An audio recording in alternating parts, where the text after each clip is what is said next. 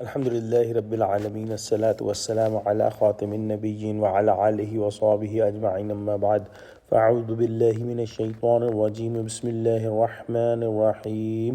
قال الله تعالى في سورة الأعراف: ولما جاء موسى لميقاتنا وكلمه ربه قال رب أرني أنظر إليك قال لن تراني ولكن انظر إلى الجبل فإن استقر مكانه فسوف تراني فلما تجلى ربه للجبل جعله دكا وخر موسى صاعقا فلما أفاق قال سبحانك تبت إليك وأنا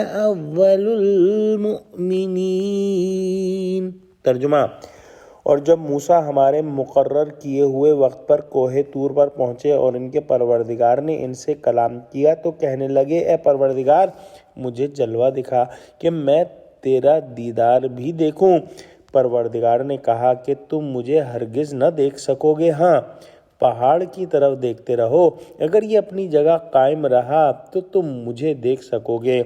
جب ان کا پروردگار پہاڑ پر نمودار ہوا تو تجلی انوار ربانی نے اس کو ریزہ ریزہ کر دیا اور موسیٰ بے ہوش ہو کر گر پڑے۔ جب ہوش میں آئے تو کہنے لگے: تیری ذات پاک ہے اور میں تیرے حضور توبہ کرتا ہوں اور جو ایمان لانے والے ہیں ان میں سب سے اول ہوں۔ حضرت موسیٰ علیہ السلام جب چلے پر پہنچے کوہ طور پہ اور 40 روزہ چلہ مکمل کیا تو اللہ سبحانہ وتعالی نے ان کو مخصوص اور ممتاز رنگ میں شرف مکالمہ بخشا، اور جب انہوں نے یہ کلام کی لذت حاصل کی تو ان کا شوق اور بھڑکا اور اللہ سبحانہ وتعالی کے دیدار کی آرزو کر بیٹھے اور اللہ سبحانہ وتعالی سے بے ساختہ درخواست کر دی کہ اے میرے پروردگار، مجھے اپنا جلوہ بھی دکھا۔ اے پروردگار، میرے اور اپنے درمیان حجاب اور موانع وہ اٹھا دے اور وجہ انور بے حجاب سامنے کر دیجئے کہ میں ایک نظر دیکھ سکوں۔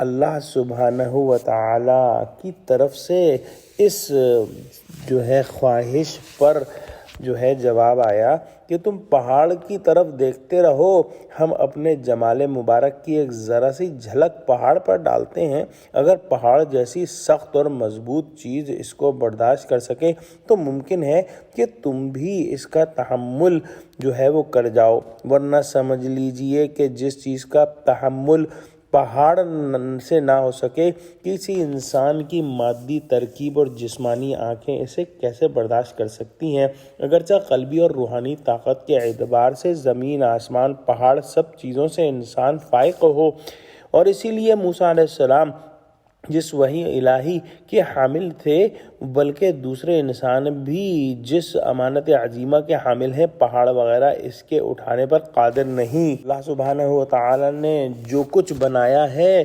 اس میں سے سب سے وہ اعلیٰ مخلوق انسان ہے۔ انسان اشرف المخلوقات ہے، لیکن ہم یہ جانتے ہیں کہ انسان سے بہت زیادہ طاقتور مخلوقات اللہ سبحانہ وتعالی نے بنائی ہیں، اور پہاڑ بھی ایک مخلوق ہے جو اللہ سبحانہ وتعالی کی تجلی برداشت نہ کر پایا۔ حضرت موسیٰ نے اللہ سبحانہ وتعالی کی تجلی کا انڈائریکٹلی مشاہدہ کیا اور اس خود بے ہوش ہو کر گر پڑے اور پہاڑ ریزہ ریزہ ہو گیا۔ ہوش میں آنے کے بعد سب سے پہلے توبہ فرمائی اور کہا کہ اے اللہ، میں تیرے حضور توبہ کرتا ہوں اور جو بھی ایمان لانے والے ہیں ان میں سب سے اول ہوں۔